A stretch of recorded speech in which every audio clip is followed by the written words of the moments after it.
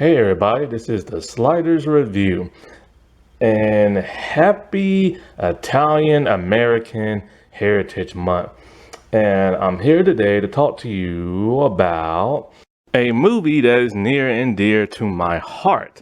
And like I said a couple of months ago, I was going to review the second movie for Asian Appreciation Month, and for Italian History Month, I was gonna dedicate this movie to the Danny LaRusso character.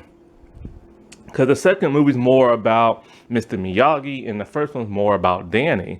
So, I'm here today to talk to you about The Karate Kid, the 1984 movie.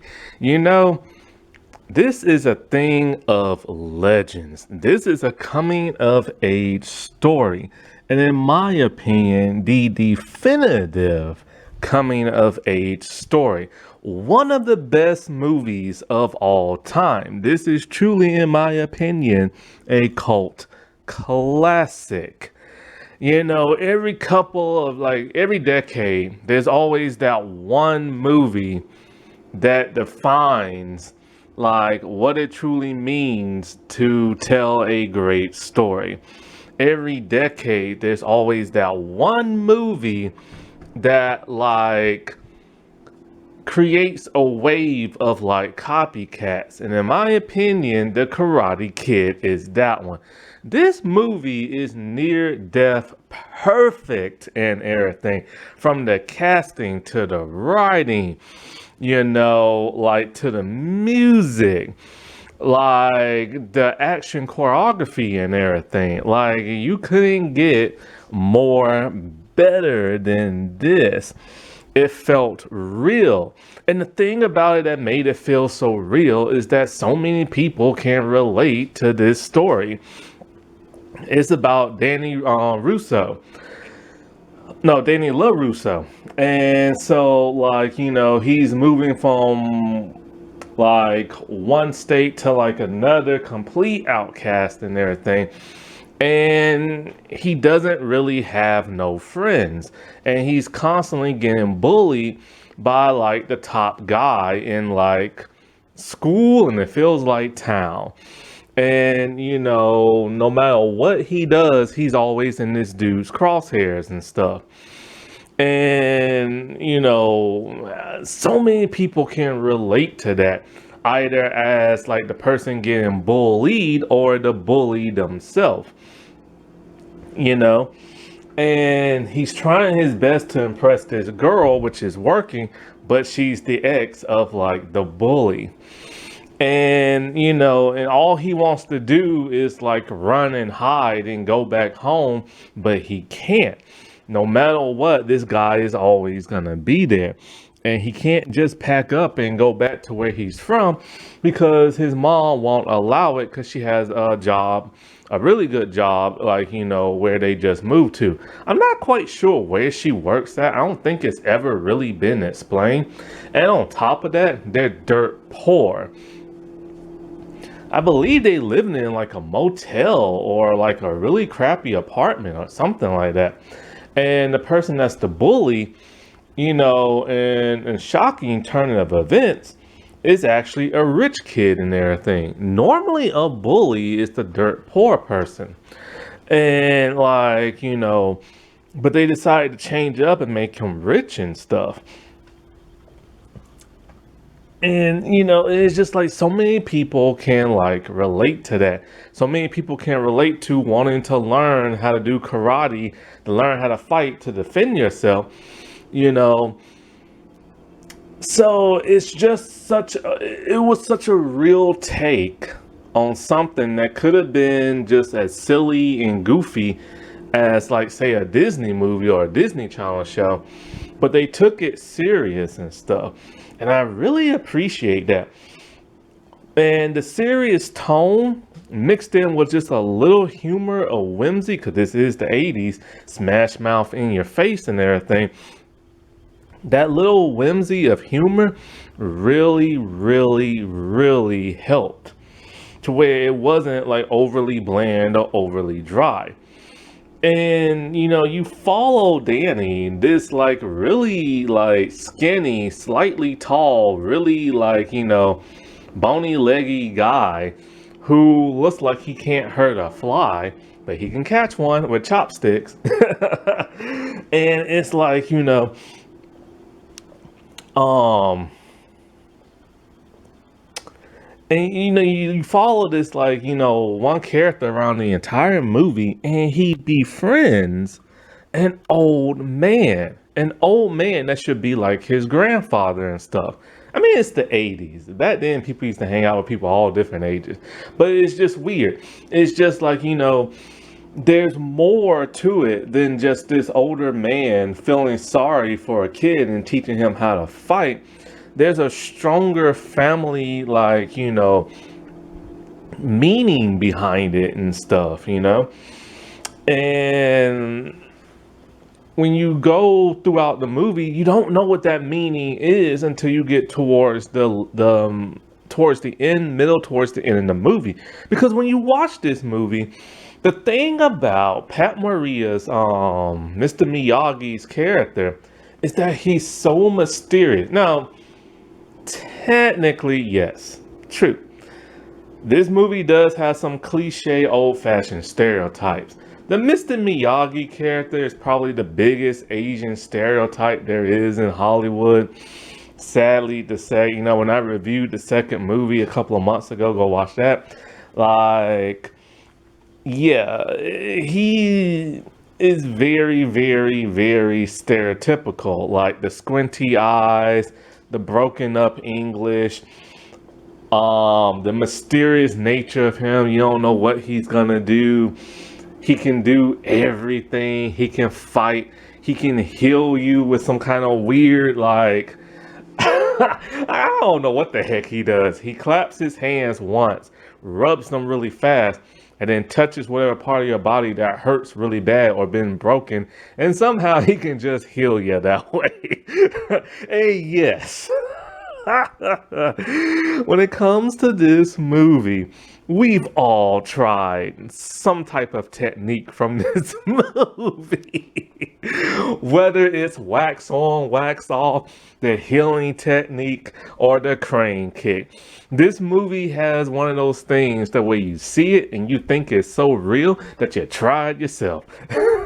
But yeah, the dude's like a huge stereotype and everything. And even like I said, the way he talk and the sound of his voice, Pat Morita, when he said he did the audition, he doesn't know why, but he just put on that voice. Like the moment he auditioned, that voice just came out. And then when he left the audition, he's like, oh crap, I blew my audition. Like, why did I do that voice? Because his voice sounds like completely different. It's more lighthearted and stuff. But then that's what got him the role, because that's what they was looking for. One of those older Asian people that came from like an Asian country, came to America, kind of don't speak English all that well, very traditional and stuff. It's like somebody you would see probably like, I don't know, in the 1800s or something. Or like the early like 1900s or 1960s, 40s, 70s, something like that. But you probably would never really see that in the 1980s for the most part. 'Cause you gotta remember, Mr. Miyagi has lived in America for a very long time. So the fact that he sounds the way he does is like odd. And sadly, even though it is a stereotype, he's one of the most memorable characters next to Obi-Wan Kenobi or say Zordon, you know what I'm saying? Like everybody wanted their very own Mr. Miyagi to teach them like the way of life, wisdom, guidance, how to do martial arts, like you name it, you know what I'm saying? And it's crazy because, when Danny starts off at school, he meets this one guy. But then once that guy sees that Danny's getting picked on by the main bully and Danny is a dork, he doesn't want nothing to do with him for the rest of the movie. And there's Danny's love interest, but she's already liking him. But, it's like he has no friends.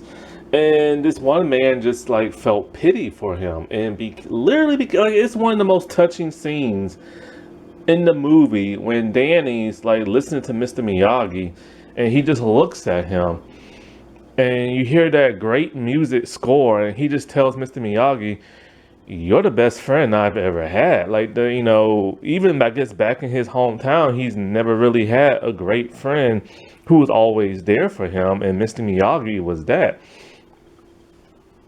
It just sucks that they're completely different ages.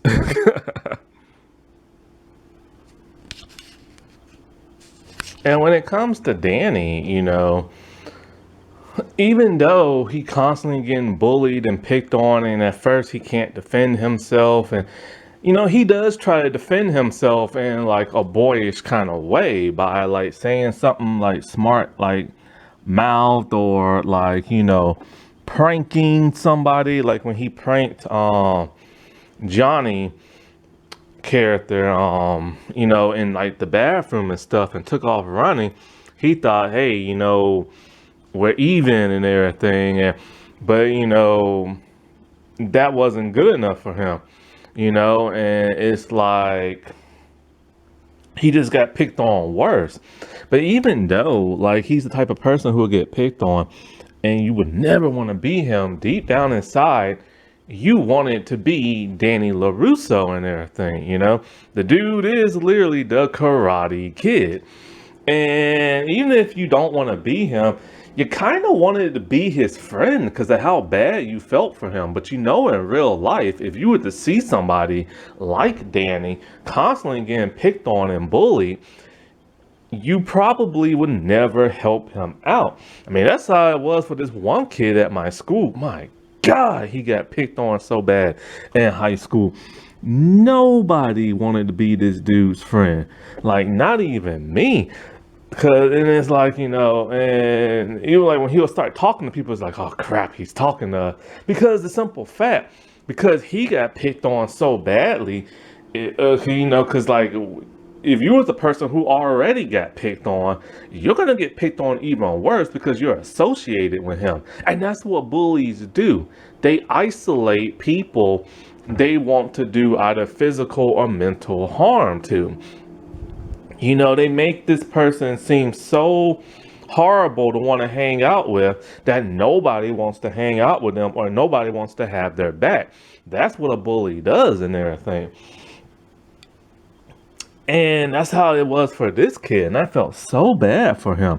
I hope he's living a good life now. I think he has a kid now and might be married, I think.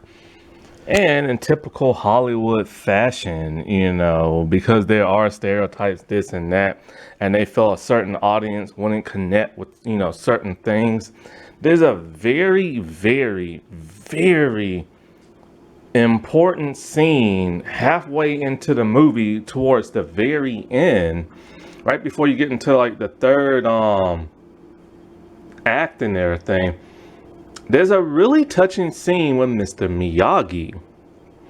Like, in the studio, they wanted to cut it. They said they wanted to cut it because it weighs down the movie, which technically when you watch this scene, yes, after all the excitement that you go through, it does weigh down the movie. But I feel like the studio wanted to cut it for other reasons other than it weighing down the movie. I felt like they wanted to weigh it down because they felt like nobody's gonna want to hear the tragic backstory of like this old man when this is supposed to be a movie for like young people and stuff.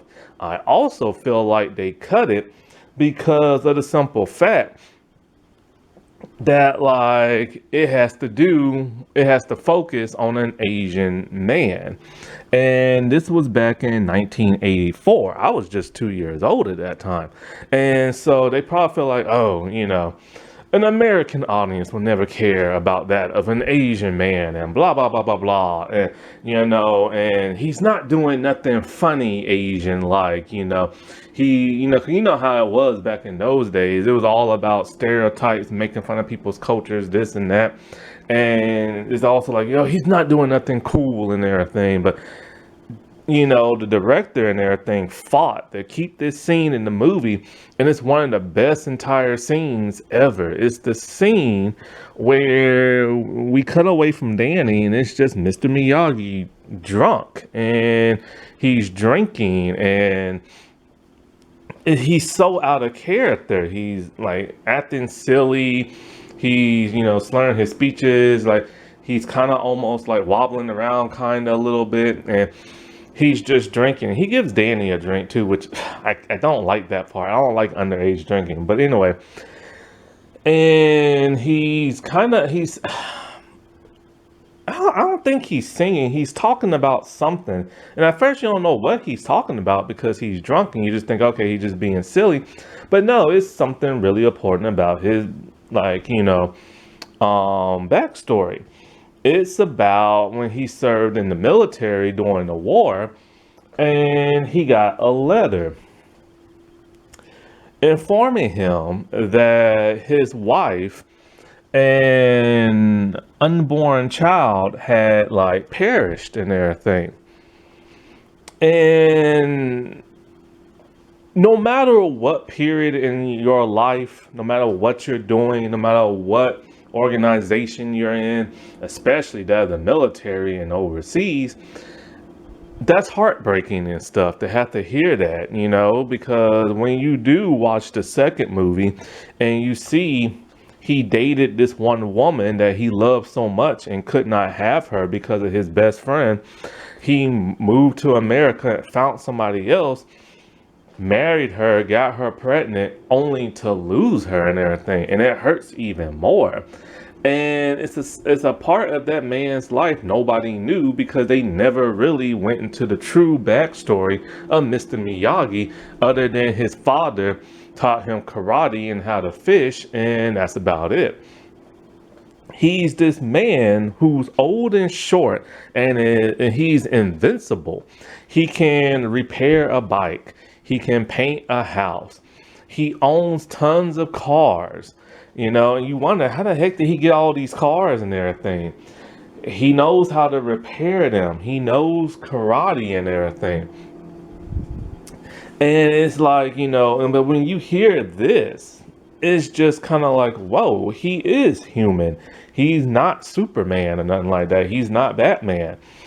And the fact that he's weeping and crying and everything over this, because when he's spouting off, he's talking about the letter that he got and everything, but it doesn't fill in the full blanks until he passes out drunk. And Danny finds a newspaper talking about how Mr. Miyagi got like a medal, and then he read the letter that the military had to send him because his family died and everything.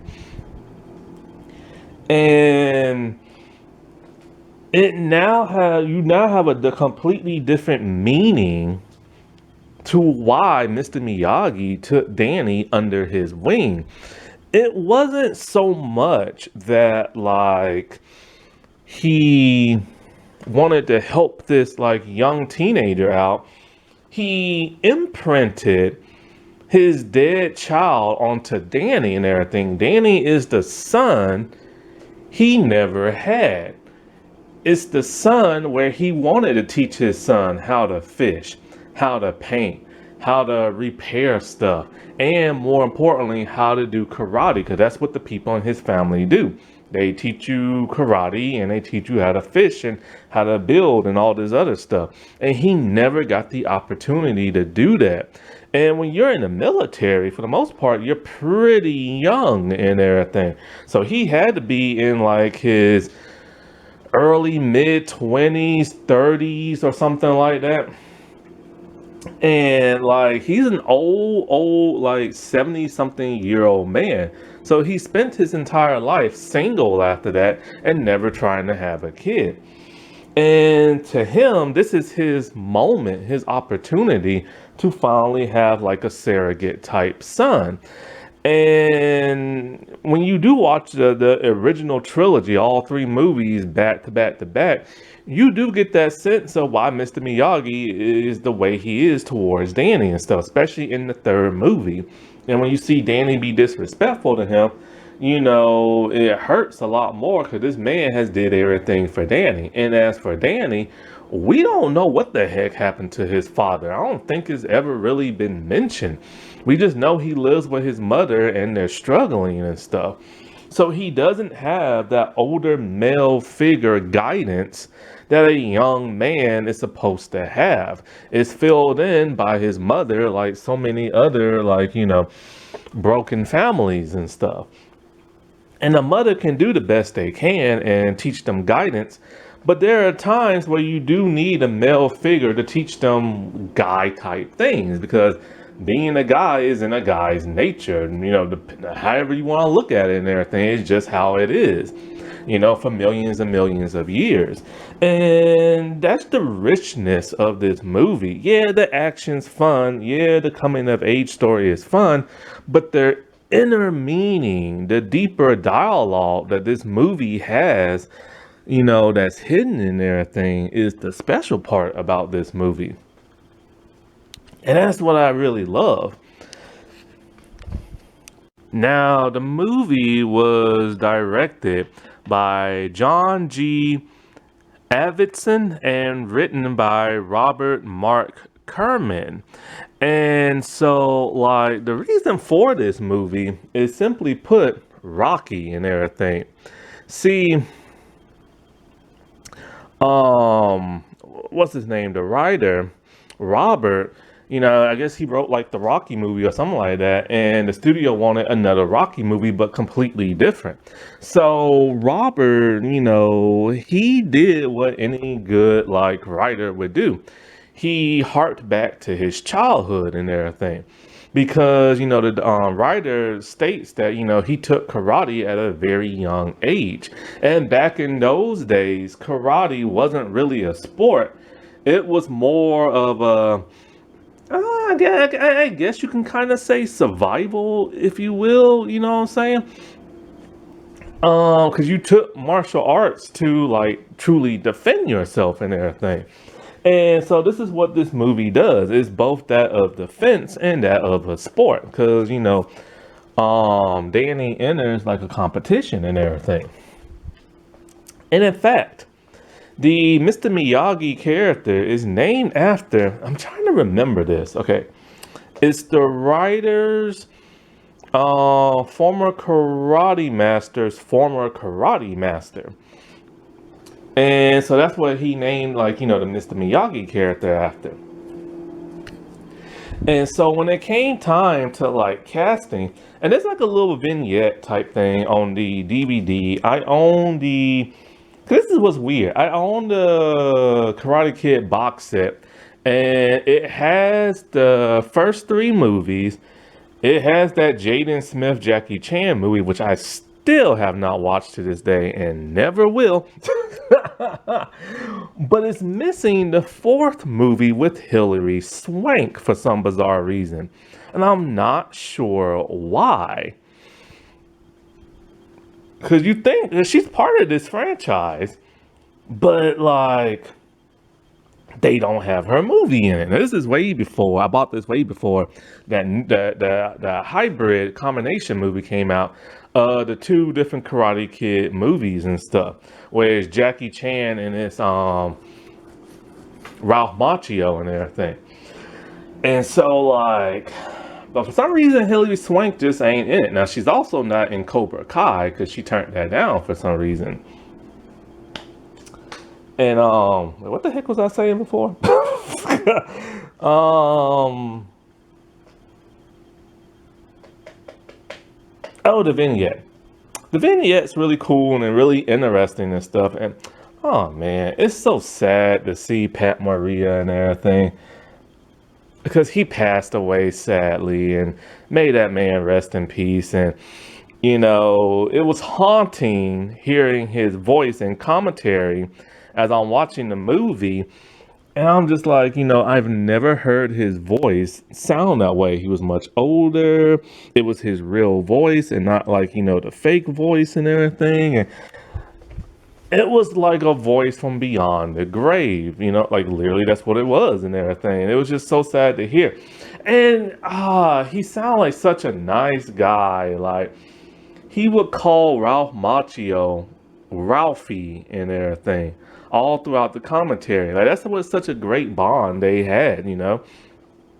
And there's this one scene in the final act when they just got like, you know, the belts and everything, and like they're walking into like the arena, and it's like a crane shot. For some reason, that blew him away.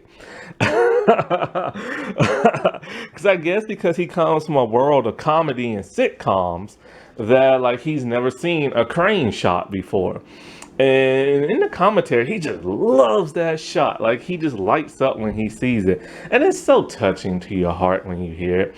And like, but you know, this movie reinvented his acting career because he was known for like comedy and like, you know, sitcoms and stuff. But this man took this role seriously, even doing like the action choreography and learning how to fight, because none of them in this movie like knew how to fight and everything, you know.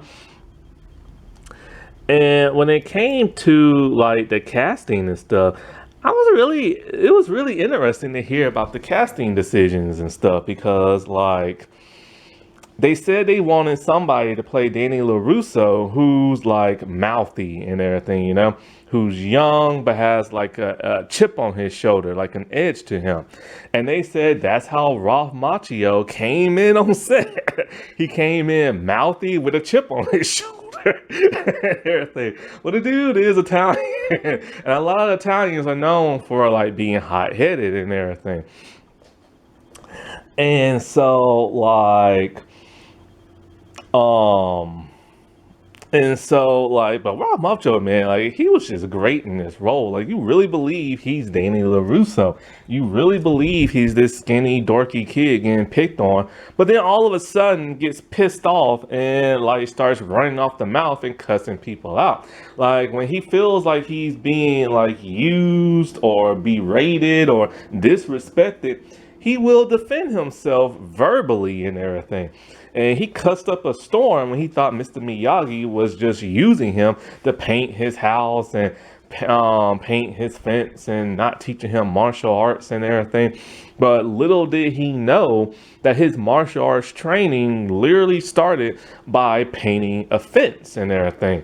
The circular hand motions, the wax on, wax off, the, you know, painting up and down, side to side thing, the blocking techniques and everything. Like he didn't even know that there was like a hidden like message and all that like labor and everything. And when it came to that of like Johnny Lawrence character William, you know, they was looking for guys with like, you know, egos and chips on their shoulders. And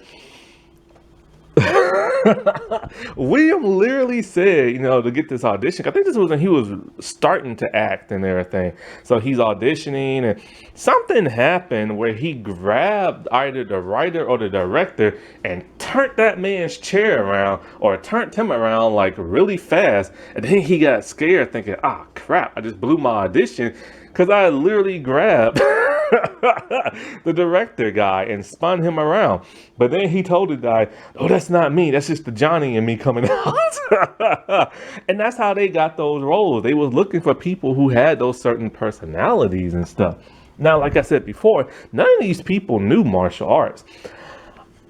I thought for sure William like knew martial arts because he looked like the real legit thing in like the movie, but no, but he took it very seriously.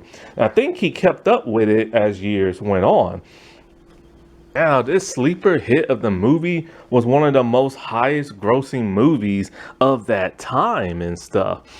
Like, it had a budget of $8 million, but, you know, it made $130.8 million at the box office and stuff. And of course, because of that, they need sequels and stuff. And sequels they did. This is now a franchise. A sleeper hit of a movie started a franchise. So you have the original trilogy with Ralph Macchio and Pat Morita and everything. They're in the first movies, but there's always a different villain. I've already reviewed the second movie. I don't really feel like reviewing the third one. It's kind of the same as the first, which became repetitive, and people was just kind of like, well, we already seen this movie before. It's just you have a different love interest and a different villain. Like, Danny LaRusso really is like James Bond. He has a new love interest every movie and a brand new villain. And so it just felt repetitive and stuff. And so it didn't do that well. And that was kind of the nail in the coffin at that time until they made the Karate Kid 4. Now, personally, I do not like the Karate Kid 4. I first saw it on television and I thought it was just all right and that was just it. But then I tried to rewatch it a couple of years ago and I just couldn't do it. I just couldn't. It's not the same. And it's not because Danny's, well, yeah, it is because Danny's not there. You want Danny LaRusso, but Danny's not there. So now we have a new character played by Hilary Swank. And she's just this dopey girl with like a bird she found. And he's teaching her martial arts. But the worst part of it is, unlike the Danny story, we never see the Hilary Swank character fight the bad people at the end of the movie. Instead, it's like Mr. Miyagi and everything. Also, they try to make the movie a little too comedic and stuff. And all of a sudden, Mr. Miyagi's eyes are wide open. And it was just kind of like the movie just didn't feel right. Like, the Hilary Swank character is the one who's supposed to get some type of redeeming arc and that victorious arc at the end, and she just never got it. And then there's that stupid bird. Then, of course, there was this cartoon series. The cartoon series came out in 1989, and it was on NBC, and it had 13 episodes. It had a completely different voice cast because the two lead actors did not film their roles. But I remember watching that back in the day, and I think I liked it as a kid. I need to rewatch it because I'm curious. It's on YouTube. And I don't know, I just remember one thing that really got on my nerves when watching it. Mr. Miyagi was constantly giving advice. In the most odd times. It was just weird. But what was weirder was that they were super spies and everything. They would go, it was kind of like Jackie Chan Adventures, that cartoon, where they went around the world. I think they were kind of working for a government agency or something like that. They was aligning themselves with this one female character who went with them. And they would just stop international threats and stuff like that while dressed the way they were in the first movie. So Danny be wearing his gi and his headband and stuff. And it was just kind of a weird premise and, and everything. But then the greatest thing of all time happened. In 2018, YouTube television, I don't know what it's called now. It was like YouTube Red and all this other crap, but the TV shows that YouTube used to have before they all got canceled, Cobra Kai came out, and this told the story of Johnny and how he became a bum all those years later and stuff. Ralph Macchio character came back, and his character had a daughter and everything, and was married, and him and Johnny still can't get along, and it lasted for about 6 seasons or so. And it was an amazing series. I watched it all the way up to season 3 or 4, I think. I haven't watched the rest because I just don't do Netflix. Because when YouTube television just stopped, they had to find another company to take them up. And Netflix was willing to do that. And so I saw the first season on Netflix, which wasn't that great, but I really love this reversal story. It is now Johnny being the Mr. Miyagi character to this other boy who's poor, who's like the Danny character. But Johnny is still a bad guy and everything. but he's kind of an anti-hero helping out this young poor kid. And then Kreese comes back, and then at some point Johnny and Danny, they get over their differences, and they, become like a team and everything. And so many characters from the movies that I never thought would show up. Like the people from the second movie that are still alive. Like Chosen and that one girl that Danny liked and stuff. And we get to see their redemption arc, like Chosen. Whoever thought he would redeem himself and team up with Danny and everything? It was such an amazing show. And, it did get a little goofy after a while, and a lot of characters disappear and come back. And there's a biting incident, which I'll get to much later. But it was such a cool thing. Then, of course, we got the Jackie Chan reboots and everything with Jaden Smith. And so Jaden Smith, of course, is like Will Smith and Jada Pinkett Smith like child. And that movie came out in 2010. And like Jackie Chan is the new type of like Mr. Miyagi character. It's a reboot with completely different characters retelling the same exact story. I never watched that movie because of the simple fact Jaden Smith is not a good actor. And I love myself some Jackie Chan, but I didn't want to see Jackie Chan be Jackie Chan with a lot of his goofy action and, overly choreographed stuff. I don't know if they did that or not. I know when I saw like a clip, I was like, holy crap. Is Jackie Chan acting like a completely different character? He is, and everything. And like, he's just acting like a completely different character. I'm like, all right, maybe I might see this, but I never did. And then in 2025, I believe it was, after like, Cobra Kai was a huge hit, they decided, hey, let's combine the Jackie Chan movies with the Danny movies and do this kind of hybrid, and they did.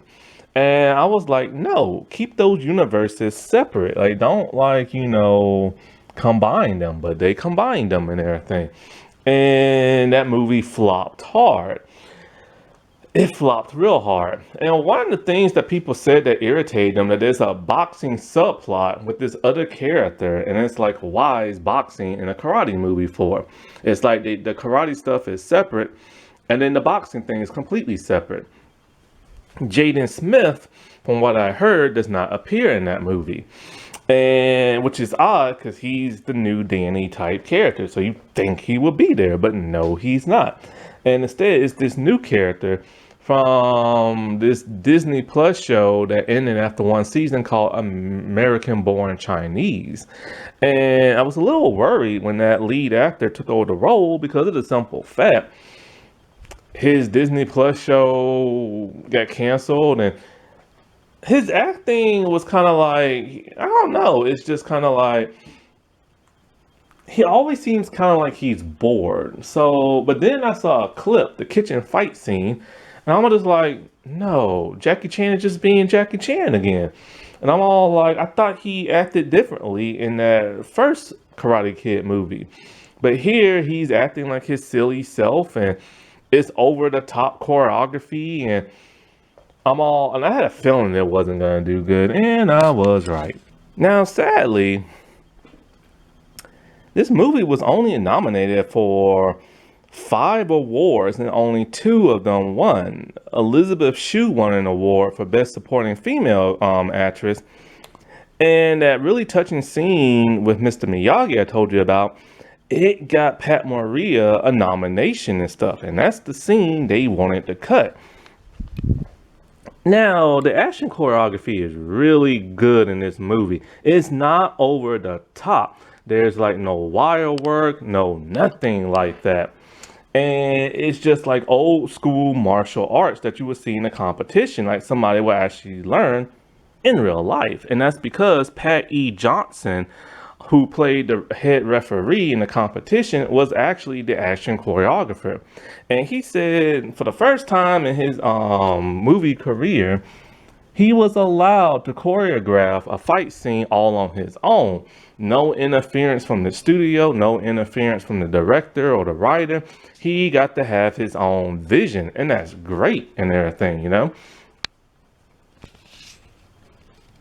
Now, as the decades have passed, many people, it's odd. They feel like Danny is the real villain of the movie when he's actually the hero, and they think Johnny is the victim and everything. And I'm all like, are these people high? Like, what the world? The reason why they feel that is because they say Danny stole Johnny's girlfriend. And then he hit him in the head, kicked him in the head with an illegal move and everything. Now, this is what a lot of people tend to like not pay attention to when they watch the movie, or they just phase it completely out, or they're just plain ignorant and don't want to listen. When the movie starts and we first see the Allie character and everything, and the Johnny character, or when we first see Allie, that is, she literally says, and I'm not even joking, she literally says her and Johnny broke up. And like, that's it. They broke up. Not they're taking a break. They broken up. So she's single and free and is nobody's property. So Danny had every right to hit on her and date her and everything. So I don't understand why people forget that scene in like the movie and stuff. It's a throwaway line, but it's like there. And throughout the rest of the movie, you don't see like those two dating. What in the world is going on? As I'm recording this, I'm seeing my brand new neighbors. It's this one out of this one lady or her nephew, and she has this little boy who's like 2 or 3 years old, and they're literally in my other neighbor's yard, and now they're messing around with something at their door, all because my neighbor has like a little pond. I don't know if there are fishes in it or not, but it's just kind of like, and my other neighbor's not there, and it's just kind of like, why would you be in somebody else's yard? That's the one thing that pisses me off, when other people be in folks' yard, especially kids. But the fact that there's an adult with them and they just in the yard looking at stuff, nah, man, that's how bad stuff happens. That's how bad stuff happens, and people get arrested, and then they end up on TMZ. But I digress. Back to what I was talking about. I'm sorry, that just caught my attention. And so, like, but yeah, people think Johnny is like a victim, but he's not. And you watch the movie, Johnny is literally pestering Danny and stuff. So I don't understand why people feel that way.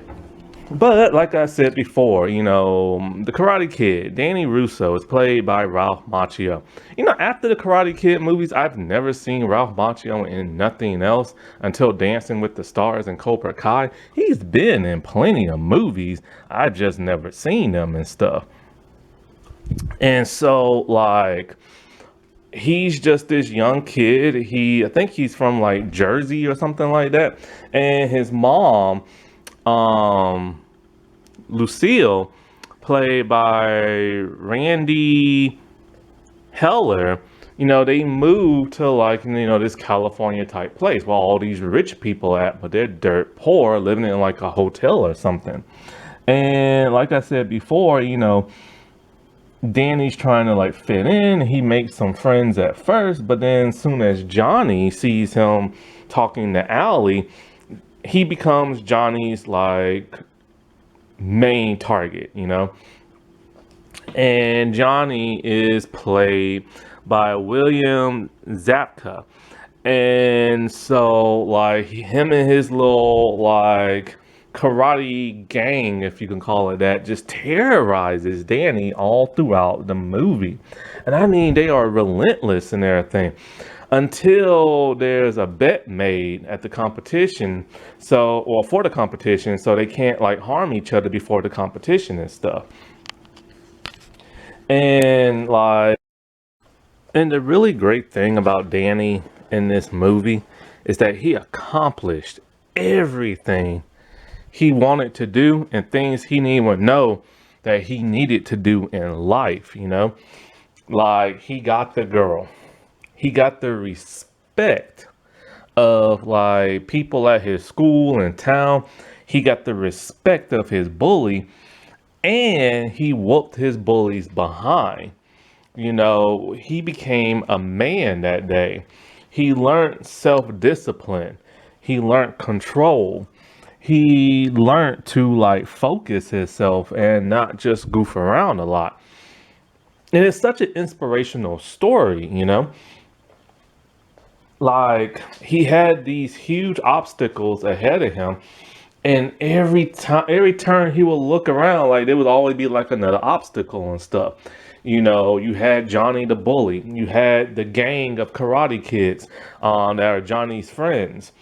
You had like, you know, trying to win over this like rich girl. Her friends didn't even like Danny and stuff.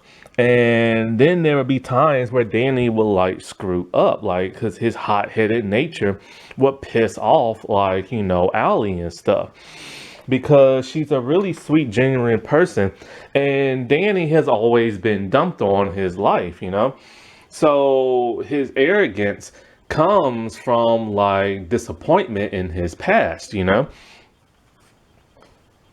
And not only that, but it's hard for like a poor kid to be in like a rich part of town and have to have people gawk and stare at you and laugh at you and wondering why, you know, why is he riding around in a bike and these other teenagers are driving around, you know?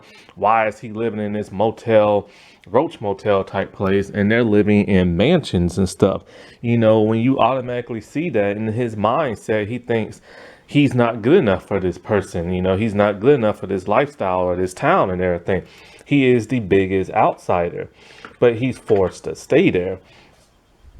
And not only that, but in the Cobra Kai series, he became a very successful car salesman and has some really good money and stuff. And this all came from like, you know, the discipline and the teachings of Mr. Miyagi. Mr. Like, and not only that, but like he got a father out of this, you know what I'm saying? And his father also turned out to be his best friend. And the thing about Danny, he's not perfect. That's what makes him such a great protagonist, you know? He's flawed. He's a dork. He has a hot-tempered nature and stuff. Like, he doesn't get things right away, and he has to really practice and really focus. When he actually didn't realize he was learning martial arts. He learned some blocking techniques right away, but he didn't know balance. He didn't know how to strike. And those were things that were very difficult to him. And he didn't take too seriously, especially like on that boat scene and everything. And Mr. Miyagi really had to like, you know, get this in his mindset of you focus, you know, you concentrate, you don't goof around and stuff. And when Mr. Miyagi turned out to be drunk that one night, Danny took it upon himself to practice all the teachings that he learned to where he finally did learn balance on like, you know, the little boat and practice the crane kick to where he wasn't wobbling around, but he had like, you know, some really, really good balance to like his foot technique. Now, one cool little fact is that Ralph Macchio kept a lot of stuff from the movie, especially that yellow convertible. Then there's Pat Morita, who played Mr. Miyagi, and may this man rest in peace. You know, he proved, like him and Michael Keaton, proved that you can be a comedian and take on a serious role, and Hollywood need to stop like assuming they can't get the job done when they actually can. And so everybody wanted to have themselves a Mr. Miyagi. Everybody wanted that guidance. Everybody wanted that mentor figure. Everybody wanted that father or uncle like figure in Mr. Miyagi, you know. And he sees Danny, you know, bike all messed up, black eye and everything, and realizes he has to help this kid out. And when he sees Danny doesn't know how to do real martial arts and is just kicking around like an idiot, he teaches him, but he teaches him in the most unconventional kind of way. He teaches him through chores and everything, painting, waxing, all this other stuff. And Danny never realized he's being taught. As the competition is closing near, this is when he'll start teaching him defense and everything, and offense and everything. And so he's teaching him how to like strike and punch, and Danny's goofing around, acting like, the Ali shuffle and everything, which he's really good at doing. And Mr. Miyagi tells him, you gotta focus and everything. The competition was just great, and there was a nice humor in there, like how they had to get Danny a belt and they stole a belt. And the Elizabeth Shue character, Ali, came in handy for that. It was just a hilarious scene to where they had to use, like, Mr. Miyagi's talking to this guy and she steals the belt, he gives it to her, and then she's not supposed to be like in the arena, she's supposed to be in the audience, but they're all like, oh no, she's his translator and everything. They made such a great team. It does suck so bad they wrote her out, like, the second movie and third. And then there's the competition itself, and Danny's kicking butt until he gets really, really hurt with an illegal move. And Mr. Miyagi does his, like, magic technique. And you seriously think Danny's not gonna win. Like, he's against all these experienced people and stuff. And, they played the music, You're the Best. I love that part. And, it's just a great choreography scene. And even Mr. Miyagi didn't think Danny would make it this far in the competition, but then it finally happened. It's now the bully and the victim going head to head. And Danny's getting his butt kicked and everything.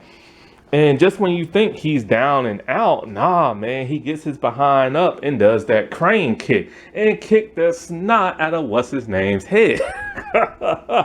And the movie just ends perfectly like that. I think it ends on like Pat Morita and everything. Like, it's just, you didn't need nothing else at the end of that movie. It's just Danny won. Everybody's cheering him on. His mentor is looking on in the distance, and everything. And it's just a perfect ending to a perfect movie and everything. Elizabeth Shue plays Ali, and she's one of Danny's best girlfriend. The best two girlfriends he's ever had, or love interests, I should say, are the first two movies. I really love his love interest in those first two movies. There's nothing wrong with the third love interest, and there's nothing wrong with his wife, but you truly felt like Ali really loved Danny. She's a rich girl who didn't care if he was poor. She's the hot girl and didn't care that he's a skinny dork, because she went from Johnny to him. She likes the nice guy. She didn't want this tough egomaniac and everything. And so, like, they did her character wrong and dirty in the second movie. For whatever reason, the studio directors and all of them and the writers didn't want to bring Elizabeth Shue back. I think she might have been in college and pursuing other careers, but for whatever reason, she didn't come back. And so instead of writing her off gently, they wrote her off in the nastiest way possible. They say she cheated on Danny and then she wrecked his car. And that just left the most sourest taste in like people's mouths. It's like, how? This is so out of character of her. Like, this is the 1980s and men are in Hollywood just like horrible and stuff. And they wrote this crap for her. Thankfully, in Cobra Kai, when they brought her back, they fixed this by saying that, because Danny is such a hothead, he saw her talk to like one of her exes, but nothing went on. And in typical Danny fashion, he just blew his lid. Then Danny didn't get his car checked and the brakes were messing up. And that's how she had a crash, wrecking his car. So I do hate that now it's all Danny's fault, the reason why they broke up, but at least they gave her some redeeming, like something, because that was really messed up how they wrote her and stuff. And Johnny, played by William Zabka, this man was ferocious. This man terrorized Danny every chance he got. He was truly the ultimate like bad guy in terms of like a bully, somebody who felt too real. He was like a predator and everything. He really hated Danny, not because he was the new kid and not because he was skinny, but because he saw Danny talk to that of Allie. And he didn't want his ex-girlfriend being with somebody else. Very possessive. But the thing about Johnny is he took things way too far and way too intense. He had like his own karate gang and everything. They was on dirt bikes, they smoked pot. They would just like any person they had a problem with, they would take care of constantly. And every time they would see him, they would just like mess with him and getting into his mental psyche and everything. And he was a rich kid on top of that. But then, of course, when he got older, he became a bum. Then we get to John Kreese, one of the most evilest men I've ever seen in a movie. The man is truly horrifying, played by Martin Cove. And so he is the evil karate teacher that teaches Johnny and his students, the Cobra Kai people. He comes from a military background, and he's all about like, punishing your opponent and just beating the living snot out of them, breaking their bones. And when Danny's at the competition and Danny actually got some moves, he didn't want Danny to fight Johnny in case Johnny lost and everything. So he had one of his other students hit an illegal move on Danny and everything. And the man is just pure evil and everything.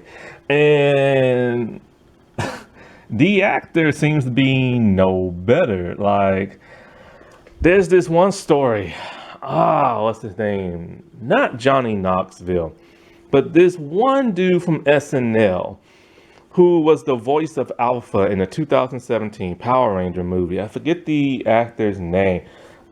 He was in the It movie. He played the adult version of the kid with glasses and stuff. Bill Hader, I think his name is.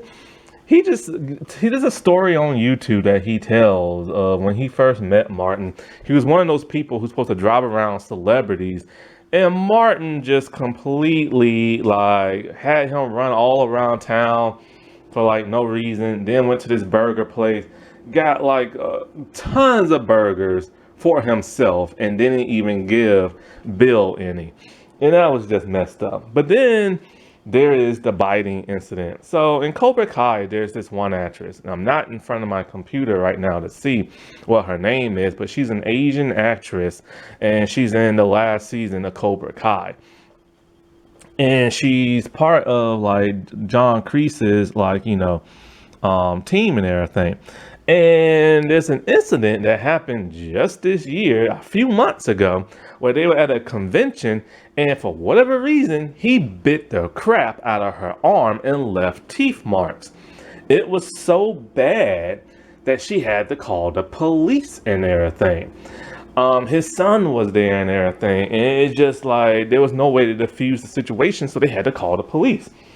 And there's a video online. There's a short video and there's a long video of her and the cop. The cop's just asking, why would you do this and blah, blah, blah, blah. And she's all like, yeah, when we have fun on set, we dance, we goof around, but we don't bite each other. He legit bit the crap out of her. And I think she goes on for like 18 minutes just berating him, and good for her. And it's like, because this man, what the world went through his head. When you see him, he looks sad at first, but he looks dopey. Either because he's just sad and know he's in trouble with the cops, or maybe he was drunk or something. I don't know, but it was something. And so like Then he seemed like he just didn't care. And that would made things even worse. And she didn't press charges and everything, but she should have, in my opinion. And her husband was there the whole time and everything. And it was just the most insane thing. Then somebody, I think it was this happened before 4th of July. And so 4th of July came around, and this was on TMZ. Somebody text or sent a tweet out or whatever, wishing him a happy 4th of July. And the person said something about biting something, which was reference to him biting that woman, and he retweeted it. I'm just kind of like, what is wrong with this man? And you know, this was just a great movie from my childhood, you know. And like I said, it's like every decade there's something good that comes around that really gets you hyped, really touches you in your heart and soul and everything. And in my opinion, The Karate Kid is one of those movies. It's a movie that is hard to replicate. They've tried 2 times and failed, but they succeeded in a streaming television show until the television show started to get a little wonky and everything. But nevertheless, those first 2 seasons when it was on YouTube were probably the best. You know, it did get a little wonky, like I said before, but it's just like, this is a movie franchise that is extremely hard just to replicate. You know, 2 reboots and a cartoon that failed, and a television show on a streaming that succeeded when nobody thought it would. Happy Italian American History Month. All right, I'll talk to you later. Bye.